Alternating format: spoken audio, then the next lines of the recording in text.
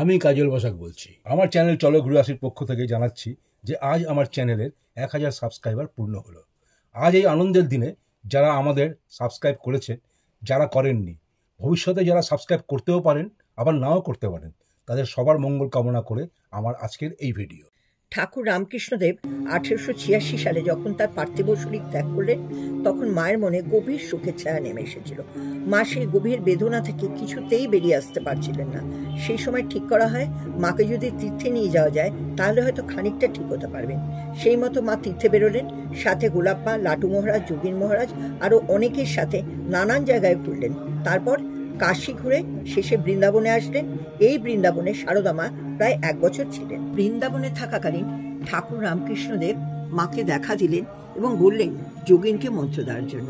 মা প্রথম দিন এটা মনের ভুল ভেবে গুরুত্ব দিলেন না। দ্বিতীয় দিন আবার একই জিনিস। মা দেখলেন ঠাকুর বলছেন যোগীনকে তুমি মন্ত্র দাও। মা সেই দিনও গুরুত্ব দিলেন না।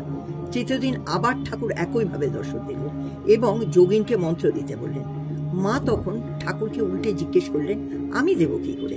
ঠাকুর মাকে মন্ত্র বলে দিলেন। সেই কথা মতো মা একটা দিন স্থির করলেন মন্ত্র দেওয়ার জন্য।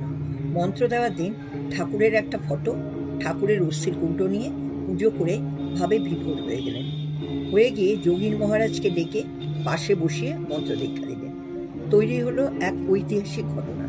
সেই মহেন্দ্রক্ষণ থেকে মা জগৎবাসীর কাছে গুরুমাতা হিসাবে পরিচিত হলেন। যোগীন মহারাজ হলেন মায়ের প্রথম মন্ত্র শিষ্য। যোগানন্দ মহারাজের পূর্ব নাম ছিল যোগীন্দ্রনাথ রায়চৌধুরী। নতুন পরিচয়ে গুরুমাতা হিসাবে পরিচিত হলেও মা কিন্তু আমাদের কাছে নিজের মা হিসাবে বেশি পরিচিত। আমাদের প্রাণের ঠাকুর শ্রী রামকৃষ্ণ পরমহংসদেব স্বামী বিবেকানন্দকে 1881 সালে দীক্ষা দিয়েছিলেন। তখন তিনি নরেন্দ্রনাথ দত্ত নামে পরিচিত ছিলেন। ঠাকুর রামকৃষ্ণ পরমহংসদেবের প্রধান শিষ্য ছিলেন স্বামী বিবেকানন্দ। ঠাকুর রামকৃষ্ণদেবের অনেক শিষ্য ছিলেন, তবে স্বামী বিবেকানন্দ ছিলেন তার প্রথম এবং সবচেয়ে বিখ্যাত শিষ্য।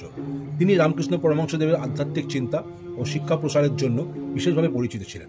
তিনি রামকৃষ্ণ মঠ ও মিশনও প্রতিষ্ঠা করেছিলেন। স্বামী বিবেকানন্দের প্রথম শিষ্য হলেন স্বামী সদানন্দ মহারাজ। পূর্ব নাম শরৎচন্দ্র গুপ্ত।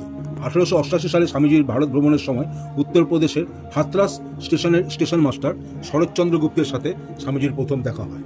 অনেক অনুরোধ করে তিনি স্বামীজিকে তার বাড়িতে নিয়ে যান।